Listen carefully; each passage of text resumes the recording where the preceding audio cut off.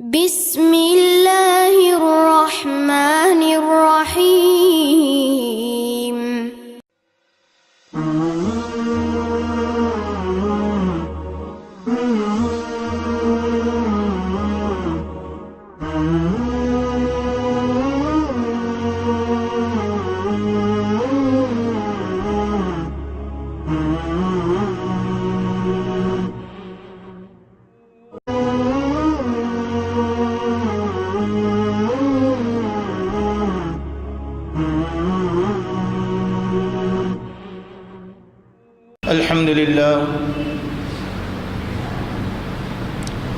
الحمد لله نحمده ونستعينه ونستغفره ونؤمن به ونتوكل عليه۔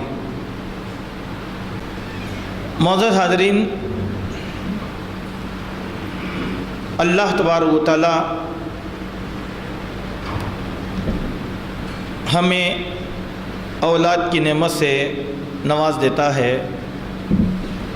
تو ہمارا یہ فرض بنتا ہے کہ ہم اس اولاد کے مستقبل کے لیے غور کریں، فکر کریں اور ان کے حق میں دعائیں کریں، چونکہ اللہ تبارک و تعالیٰ نے یہ حکم دیا، یا ایھا الذین آمنوا لا تلھکم اموالکم ولا اولادکم عن ذکر اللہ، کیا اے ایمان والو تم اپنے مال اور اولاد کو اللہ کا ذکر چھوڑ کر ہلاکت میں نہ ڈالو۔ اور آدمی کے لیے آخرت کے توشوں میں سب سے بہترین توشہ اس کی نیک اور صالح اولاد ہے۔ انبیاء اور مرسلین کو اس بات کا بہت زیادہ خیال رہا کرتا تھا، اسی لیے انبیاء و رسول اپنی اولاد کے حق میں اللہ تبارک و تعالیٰ سے خیر اور بھلائی طلب کیا کرتے تھے۔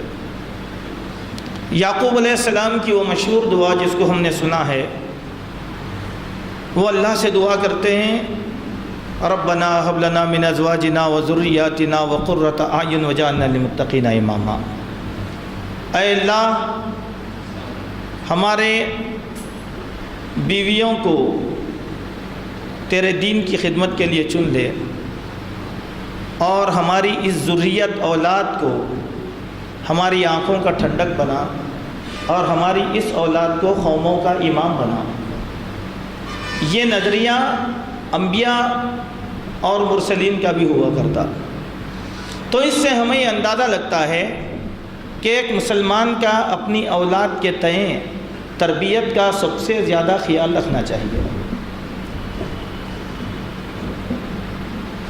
ایک حدیث جسے امام بخاری رحمۃ اللہ علیہ نے کتاب العلم میں بیان فرمایا، اور اسی حدیث پر انہوں نے باب بھی باندھا، کتاب العلم کا باب نمبر 17۔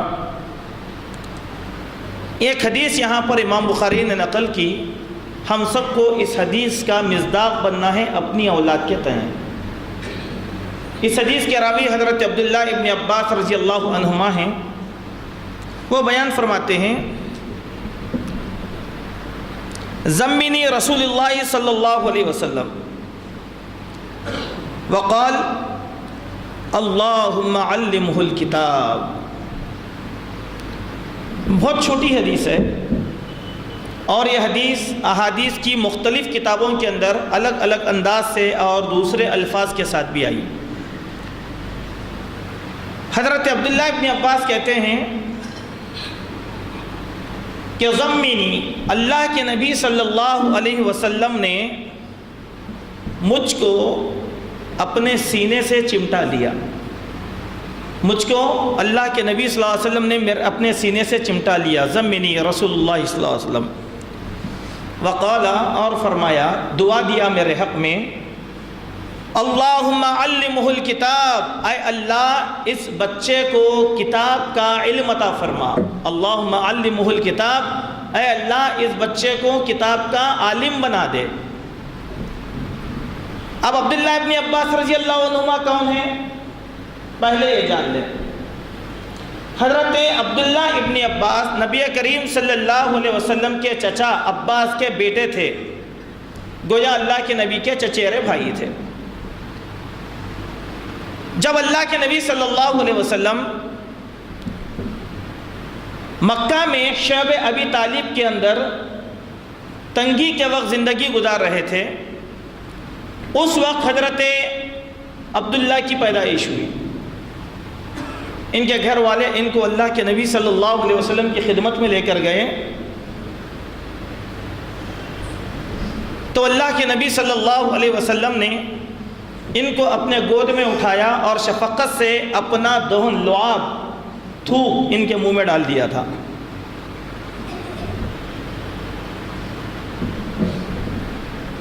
اللہ کے نبی صلی اللہ علیہ وسلم کے انتقال کے وقت ان کی عمر 17 سال کی تھی. ان کا آنا جانا اللہ کے نبی صلی اللہ علیہ وسلم کے گھر میں لگا ہوا تھا.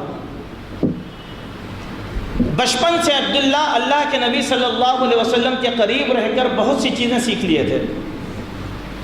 ان سے ایک ادا ایسی ہو گئی، اس ادا سے خوش ہو کر اللہ کے نبی صلی اللہ علیہ وسلم نے ان کے حق میں دعا دیا تھا، اللہم علمہ الکتاب، اے اللہ اس بچے کو تو کتاب کا علم عطا فرما. اللہ کے نبی صلی اللہ علیہ وسلم کی دعا جس کو مل گئی وہ آدمی کامیاب ہو گیا. اس کے اثرات عملی زندگی کے اندر خود بخود سامنے آ جاتے ہیں. چنانچہ اس کے پس پردہ جو واقعہ ہے، کیوں دیا اللہ کے نبی صلی اللہ علیہ وسلم نے یہ دعا؟ کتاب الطہارہ میں ایک اور حدیث امام بخاری نے اس کے ضمن میں تفصیل سے بیان فرمایا. واقعہ یہ ہے، دخل النبی صلی اللہ علیہ وسلم الخلاء، اللہ کے نبی صلی اللہ علیہ وسلم خزائے حاجت کے لیے بیت الخلاء گئے تھے. جیسے ہی اللہ کے نبی بیت الخلاء چلے گئے، چھوٹے تھے عبداللہ، ان کو خیال آیا اللہ کے نبی صلی اللہ علیہ وسلم کے وضو کا پانی لے جا کر بیت الخلاء کے باہر رکھ دیا. امام مسلم بیان فرماتے ہیں کہ جب اللہ کے نبی صلی اللہ علیہ وسلم خلاء سے فارغ ہوئے، باہر نکلے تو اچانک اپنے سامنے پانی کو دیکھا تو پوچھا یہ پانی یہاں کون رکھا؟ تو آپ کو بتلایا گیا. بتلانے والے کون؟ اللہ کے نبی صلی اللہ علیہ وسلم کی زوجہ محترمہ ام المؤمنین میمونہ رضی اللہ عنہا نے اللہ کے نبی کو خبر دیا، یا رسول اللہ صلی اللہ علیہ وسلم یہ پانی عبداللہ ابن عباس نے آپ کے وضو کے لیے رکھا. فوراً اللہ کے نبی صلی اللہ علیہ وسلم خوش ہو گئے. خوش ہو کر کیا کہا؟ اللہم علمہ الکتاب، اے اللہ اس بچے کو کتاب کا علم عطا فرما. اب رات میں اللہ کے نبی استنجا کو گئے، پھر عبداللہ کا وہاں رہنا، اس کے پیچھے کیا واقعہ ہے؟ عبداللہ چھوٹے تھے. عبداللہ کے دل میں خیال آیا کہ اللہ کے پیارے نبی صلی اللہ علیہ وسلم رات کی نماز یعنی تہجد کیسے پڑھتے ہیں، میں یہ دیکھوں. تو وہ چلے گئے حضرت میمونہ کے گھر میں، رات کو وہیں پر رک گئے. جب اللہ کے نبی نماز کے لیے رات میں اٹھے تو عبداللہ بھی اڑ گئے. اسی لیے اللہ کے نبی صلی اللہ علیہ وسلم کی رات کی نماز کا حال پورے کا پورا حضرت عبداللہ کی روایتوں سے ہم کو ملتا ہے، کیونکہ چھوٹے رہنے سے ان کو جستجو تھی کہ نبی کے اعمال دیکھیں. تو اللہ کے پیارے نبی صلی اللہ علیہ وسلم نے حضرت عبداللہ کو یہ دعا دیا کہ اے اللہ تو عبداللہ کو کتاب کا علم عطا فرما. کتاب کا علم کہا، کیوں کہا؟ کتاب سے مراد قرآن مجید. ہماری پوری شریعت قرآن مجید کی پابند ہے. مسلمان کے جینا مرنا، اوڑھنا بچھونا، زندگی گزارنے کا اصول ڈھنگ یہ پورا قرآن میں ہے. اسی لیے اللہ کے نبی نے کتاب کا فہم عطا دعا کیا. یہ تو ایک واقعہ ہو گیا. حضرت عبداللہ ابن عباس کہتے ہیں کہ میری زندگی میں 2 مرتبہ ایسے حادثے پیش آئے کہ اللہ کے نبی صلی اللہ علیہ وسلم نے 2 مرتبہ مجھ کو دعا دیا تھا. 2 مرتبہ. یہ تو پہلا واقعہ ہوا. دوسرے واقعے میں کچھ الفاظ اس طریقے سے بدل کر آتے ہیں کہ امام بخاری اور مسلم نے اس حدیث کو بیان فرمایا. حضرت عبید اللہ بن ابی یزید بیان فرماتے ہیں اللہم فقہہ فی الدین. ایک دعا اللہ کے نبی نے دیا. اے اللہ اس بچے کو دین کا فہم سمجھ بوجھ عطا فرما۔ قرآن مجید میں اللہ تبارک و تعالیٰ نے دین کا فہم ہر ایک کو حاصل نہیں ہوتا۔ آج ہم لوگ سمجھتے نا کہ کوئی بھی جبہ پگڑی دستار امامہ بن کے آ گیا، کسی مدرسے کی سند لے لیا تو ہم بولتے کہ عالم صاحب ہے بھائی فلاں مدرسے میں، نہیں، دین کا فہم عطا ہونا الگ بات ہے، مدرسے کی سند رہنا الگ بات ہے۔ اللہ نے کہا من یرید اللہ بہ خیرا یفقہہ فی الدین، اللہ جس کے ساتھ بھلائی کا معاملہ کرنا چاہتے ہیں ان لوگوں کو دین کی سمجھ بوجھ عطا فرماتے ہیں۔ اللہ کی مشیت اس آدمی کے ساتھ ہونا۔ اب جب نبی نے عبداللہ کے لیے دعا کر دیا تو اللہ تعالیٰ نبی کی دعا کو تو مسترد کرنے والا نہیں ہے۔ کتنے بھلے آدمی تھے حضرت عبداللہ ابن عباس کہ یہ خیر اللہ تعالیٰ نے ان کے حق میں ڈال دیا۔ اللہم وفقہ فی الدین، اے اللہ تو اس بچے کو دین کا فہم عطا فرما۔ واقعے کے تعلق سے حضرت عبداللہ ابن عمر رضی اللہ عنہ بیان فرماتے ہیں کہ ایک دن حضرت عمر بن خطاب رضی اللہ عنہ عبداللہ ابن عباس کو دیکھیں اور کہا کہ بچے ادھر آؤ۔ عبداللہ قریب آ گئے۔ حضرت عمر نے اس بچے کو اپنے سے بہت قریب کیا، بہت قریب کر کے فرمایا عبداللہ سنو، میں نے ایک مرتبہ اللہ کے نبی کو یہ دیکھا کہ نبی کونین علیہ السلام تمہارے سر پر ہاتھ رکھ کر کچھ دعا دیے تھے، وہ دعا کیا ہے بتا دو۔ کیا کہا تھا؟ اللہ کے پیارے نبی صلی اللہ علیہ وسلم نے تم کو کیا دعا دیا تھا؟ حضرت عباس کہتے ہیں کہ اللہ کے نبی نے مجھ کو یہ دعا دیا، اللہم فقہہ فی الدین وعلمہ التاویل، اے میرے اللہ اس بچے کو دین کا سمجھ عطا فرما اور اس بچے کو کتاب کی تعویل کا علم عطا فرما، یعنی قرآن کی تفسیر کا علم عطا فرما، یہ دعا دیا تھا۔ اور ایک روایت میں دعا کے الفاظ تھوڑے بدل کر آئے، اللہم علمہ الحکمہ، اے اللہ اس بچے کو حکمت عطا فرما اور کتاب کی تفسیر کا تو علم عطا فرما۔ یہ مختلف روایتیں مختلف روات کے ساتھ یہاں آ گئی، ہم یہاں پر رک کر کچھ گفتگو کریں گے۔ ایک بچے کو اللہ کے نبی کی یہ دعا ملنا، علم کی اور حکمت کی، یہ بہت بڑا شرف تھا۔ تفقہ فی الدین اللہ سب کو نہیں دیتا، جس کو چن لیا اللہ تبارک و تعالیٰ ان کو دیتا ہے۔ حکمت، اب حکمت کیا ہے؟ حکمت کی تعریف کیا ہے؟ حکمت کس کو کہتے ہیں؟ قرآن مجید میں کل 20 مقامات پر اللہ تبارک و تعالیٰ نے حکمت کا ذکر کیا۔ کس کس کے ساتھ کیا حکمت؟ چند گزارشات قرآن کی آپ اگر سمجھ جائیں گے حکمت کی اہمیت معلوم ہو جائے گی۔ مثال کے طور پر بڑے بڑے لوگوں کے ساتھ حکمت کی بات کہا اللہ تعالیٰ نے، جیسے حضرت لقمان کے بارے میں اللہ تبارک و تعالیٰ نے کہا وَلَقَدْ آتَيْنَا لُقْمَانَ الْحِكْمَةَ أَنِ اشْكُرْ لِلَّهِ، ہم نے لقمان علیہ السلام کو حکمت عطا فرمایا تاکہ وہ اللہ تعالیٰ کی شکر گزاری بجا لائے۔ لقمان جو لقمان حکیم سے مشہور ہیں، جن کے نام پر اللہ نے قرآن کی سورت نازل کیا، وہ حکمت اتنے بزرگ آدمی کو دی گئی تھی۔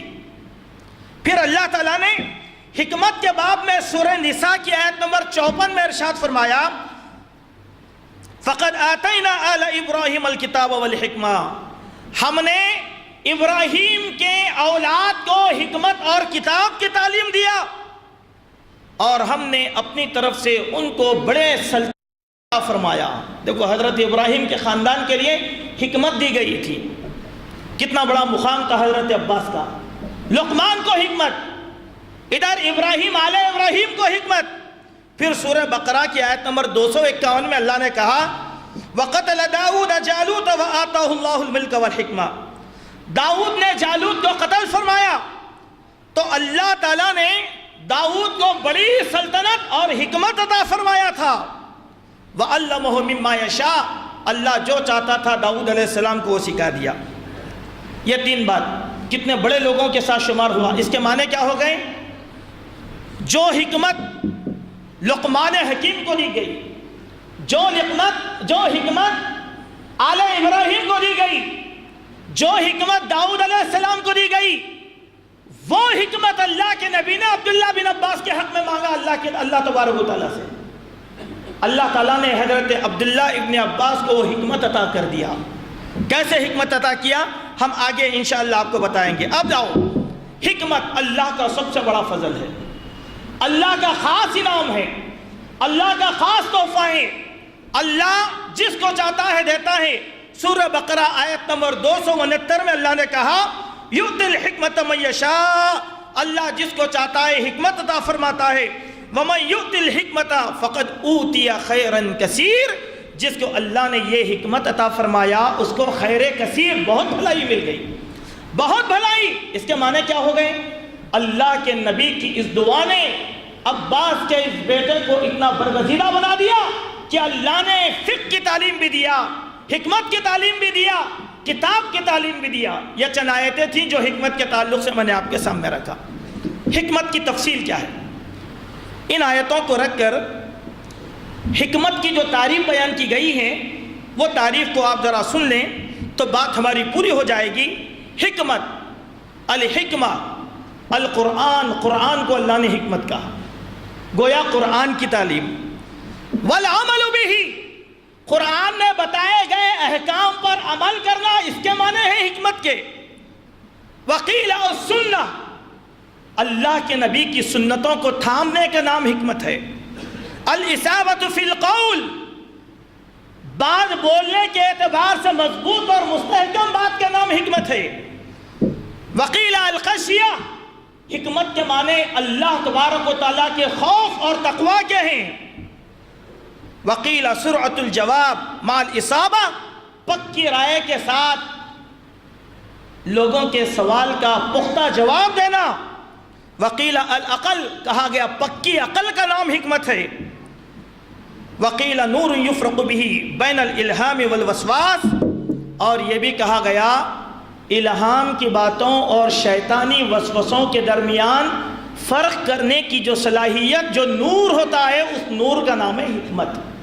یہ 10 معنی حکمت کے ائمہ سلف نے کیے جس کو میں نے آپ کے سامنے رکھا. اب اس کے معنی کیا ہو گئے میرے بھائی؟ حضرت عبداللہ ابن عباس پکے قرآن پر عمل کرنے والے, قرآن کے سب سے بڑے مفسر, سنت کو سب سے زیادہ جاننے والے, ان کی رائے سب سے زیادہ مضبوط, جن کا بولنا صحابہ کے لیے بہت بڑا نمونہ, حق اور باطل میں تمیز کرنے کی ان کی صلاحیت, یہ سب چیزیں پیدا ہو گئی اللہ کے نبی صلی اللہ علیہ وسلم کی اس دعا سے. اب اختصار کے ساتھ اب آئیں, غور کرو میرے بھائی, ہم بھی باپ ہیں, اس سے کیا کیا مسئلے مستنبط ہوئے. کسی بچے کے اندر اگر کوئی صلاحیت دیکھیں, آپ اس بچے کو اپنے سینے سے لگائیں اور اللہ سے اس کے لیے فضل و کرم کی دعا طلب کریں. کیا کبھی ہم نے ایسے کیا؟ نہیں. کتنے بد نصیب ہے دیکھیے. ہمارا بچہ دین کے معاملے میں, عمل کے معاملے میں جذبہ دکھاتا ہے, باپ کا یہ فریضہ ہے اپنے بچے کے سر پر ہاتھ رکھیں, اس کو سینے سے لگائیں اور اللہ تعالیٰ سے دعا کریں. یقیناً آپ کا بچہ دنیا کا سب سے بہترین دیندار بن جائے گا ماں باپ کی دعا سے. کیا ہم کرتے ہیں ایسے؟ نہیں. چلیے پھر اور کیا بات معلوم ہوئی؟ تمام علوم اور فضول صلاحیتوں میں بچے کا دین پر استقامت اختیار کرنا یہ سب سے بڑا انعام ہے اللہ تبارک و تعالیٰ کا. کیا کبھی ہم نے سوچا؟ یہی نتیجہ ہے آج ہمارے بچے ہماری دعاؤں سے محروم, امت کو اچھے علماء نہیں ملتے. آج ہمارے بچے ہماری دعاؤں سے محروم, اسی لیے ان کو دین کی سمجھ نہیں آتی. والدین کی دعاؤں سے, بزرگوں کی دعاؤں سے بچے محروم, اسی لیے ہمارے بچوں کے اندر دین کا شوق پیدا نہیں ہوتا.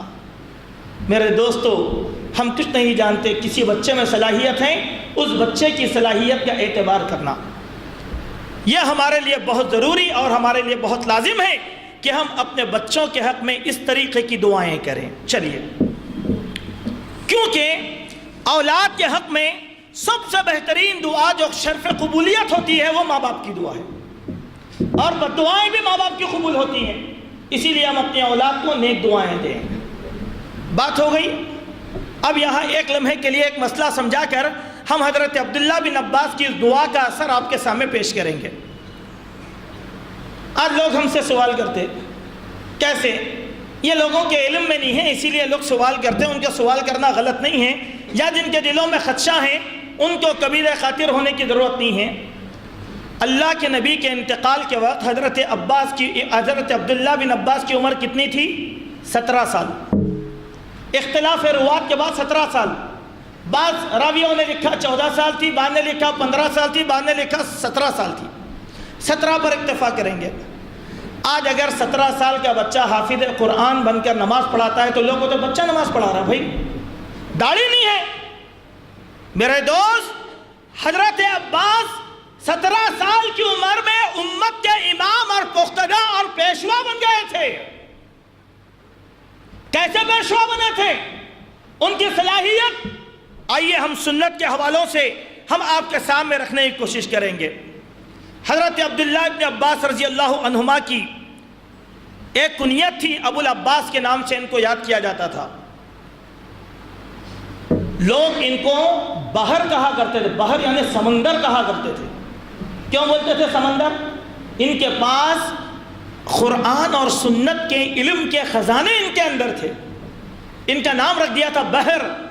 اور یہی نہیں بلکہ محدثین نے ان کا نام حبر الامہ رکھا تھا۔ حبر الامہ، اللہ اکبر، حبر الامہ ان کو کہا جاتا تھا۔ چلیے، ان کی خصوصیت یہ تھی اپنی آنکھوں سے اللہ کے پیارے نبی صلی اللہ علیہ وسلم کے پاس جبرائیل کے آنے اور جانے کو 2 مرتبہ اپنی آنکھوں سے حضرت عبداللہ نے دیکھا تھا۔ فرشتوں کو، وہ بھی کون؟ وحی لانے والے فرشتے، جبرائیل امین کو اپنی آنکھوں سے 2 مرتبہ حضرت عبداللہ نے دیکھا تھا۔ اللہ کے پیارے نبی صلی اللہ علیہ وسلم نے 2 مرتبہ ان کے حق میں دعائیں کی تھی۔ ہو گیا۔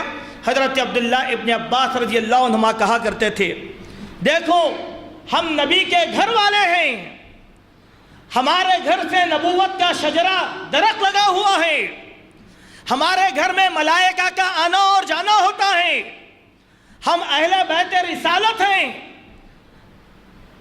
ہم اہل بیت رحمت ہیں، رحمتوں کا نزول ہمارے گھر پر ہوتا ہے، اور علم کے خزانے اللہ تعالیٰ نے ہمارے گھر کے اندر رکھا۔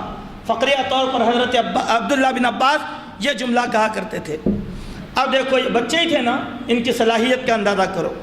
حضرت عبید اللہ بن عتبہ کہتے ہیں کہ حضرت عمر بن خطاب رضی اللہ عنہ کو ان کے دور خلافت میں جب کوئی انتہائی پیچیدہ اور اہم مسائل پیش آ جاتے، انتہائی پیچیدہ اور اہم مسائل پیش آ جاتے، تو حضرت عمر رضی اللہ عنہ ایسے مقدمات کو حل کرنے کے لیے حضرت عبداللہ بن عباس کو طلب کیا کرتے تھے، اور کہتے تھے کہ عبداللہ ہمارے پاس تمہاری لیاقت کا کوئی آدمی نہیں ہے، اور تمہاری ویسی فکر رکھنے والا کوئی نہیں ہے، پیچیدہ مسئلوں کو ہم تم سے رجوع کرتے ہیں۔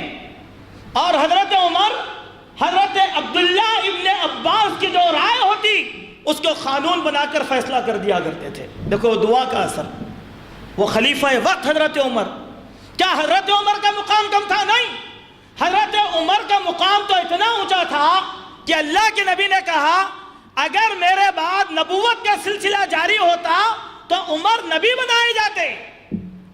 وہ حضرت عمر کے بارے میں جن کے بارے میں اللہ کے نبی نے کہا ہر امت کے اندر کچھ نیک اور صالح لوگ ہوتے ہیں، بنی اسرائیل میں بھی نیک اور صالح لوگ تھے، وہ نبی نہیں تھے لیکن فرشتوں کی ملاقات ان سے ہوا کرتی تھی۔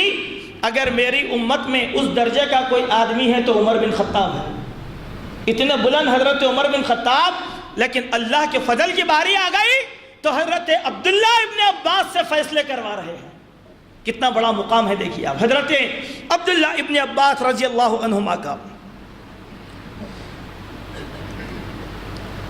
حضرت عبید اللہ بیان فرماتے ہیں کہ حضرت عبداللہ بن عباس رضی اللہ عنہ کو چند چیزوں میں ہم لوگوں پر بڑی فوقیت حاصل تھی۔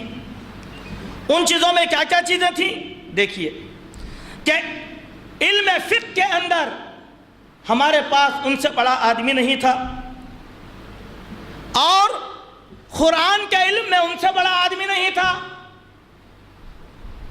حلم اور بردباری میں ان سے زیادہ کوئی نہیں تھا، عرب کی تاریخ حزب و نسب کے علم میں ان سے بڑا کوئی نہیں تھا، قرآن کی تعبیرات اور تفسیر میں ابن عباس سے بڑا کوئی نہیں تھا۔ یہی نہیں، اللہ کے نبی صلی اللہ علیہ وسلم کی بیان کردہ جملہ احادیث کو یاد رکھنے میں ابن عباس سے زیادہ حدیثوں کو جاننے والا کوئی نہیں تھا۔ اور یہی نہیں، ابو بکر، عمر اور عثمان کے دور میں جو فیصلے وہ کیا کرتے تھے، تمام ججمنٹس حضرت عبداللہ ابن عباس کو زبانی طور پر یاد تھے، شعر و سخن ان کو اچھی طریقے سے آتا تھا، علم فرائض میں وہ سب سے زیادہ ماہر تھے۔ ایک آدمی اتنا ماہر، کتنے علوم ہیں دیکھیے ان کے پاس، یہ نبی کی دعا کا اثر تھا، یہ نبی کی دعا کا اثر تھا۔ آئیے ایک اور خصوصیت حضرت عبداللہ ابن عباس کی ہم بیان کرتے ہیں۔ حضرت عبداللہ ابن عباس رضی اللہ عنہما کی عادت تھی، جب لوگوں کو سمجھانے بیٹھ جاتے، ایک دن قرآن سکھاتے، ایک دن حدیث سکھاتے، ایک دن فقہ سکھاتے، ایک دن عرب کی تاریخ بتاتے، ایک دن لوگوں کو شعر و شاعری بتاتے، ایک دن لوگوں کو فتوے وغیرہ سکھاتے۔ یہ طریقہ تھا حضرت عبداللہ ابن عباس رضی اللہ عنہما کا۔ حضرت لیث بیان فرماتے ہیں کہ میں نے حضرت طاؤس سے کہا، کیا بات ہے طاؤس؟ طاؤس بہت بڑے امام تھے حدیث کے۔ کیا بات ہے طاؤس، تم نے بڑے صحابہ کو چھوڑ دیا اور یہ بچے عبداللہ ابن عباس کا درس حاصل کر رہے ہو؟ جاؤ، بڑے صحابہ کے پاس بچہ تو بچہ ہوتا ہے۔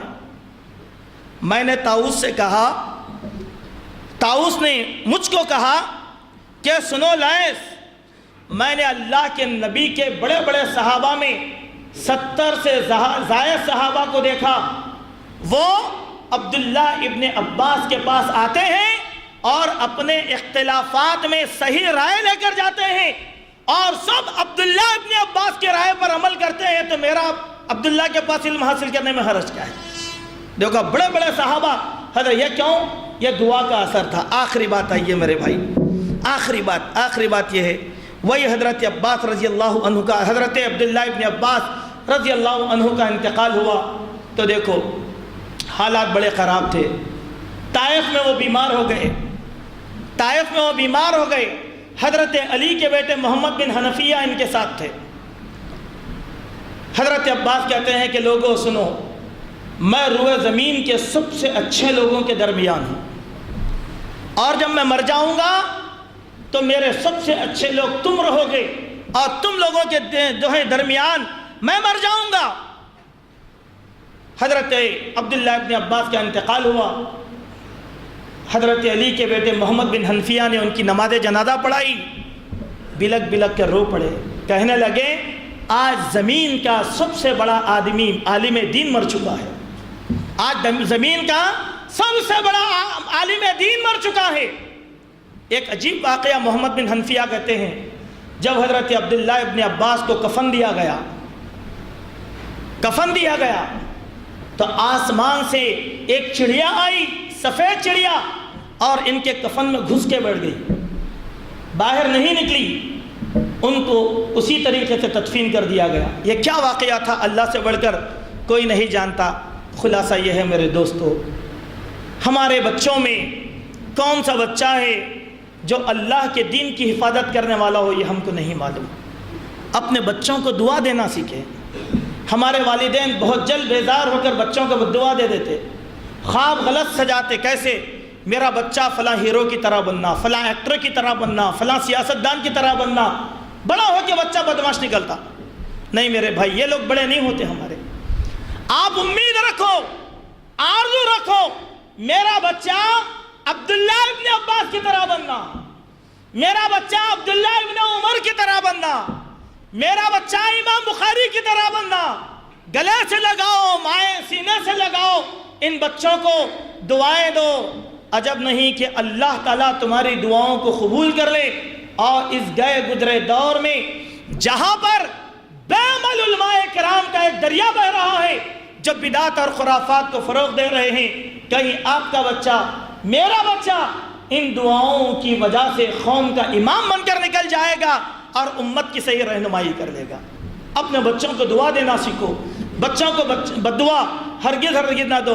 والدین کی جلد بازی رہتی، بد دعا دیتے، مر گیا تو اچھا تھا، ہمارے پاس اصطلاحی دعا ہے، کفن بیٹھے جاؤ، تو نکلتے ٹکر لگ جاؤ۔ میرے اماں یہ تمہارا بچہ نہیں ہے، یہ قوم کا بچہ ہے، اس کی حفاظت کرو۔ صحابہ کے نقوش کی روشنی میں جن کی مثال بیان دی گئی، اللہ تبارک و تعالیٰ سے دعا ہے اللہ تبارک و تعالیٰ ہمارے بچوں کو قوموں کا امام بنائیں۔ ہم سب کو اللہ توفیق عطا فرمائے کہ ہم ہمارے بچوں کے مستقبل کے لیے دعائیں کر سکیں۔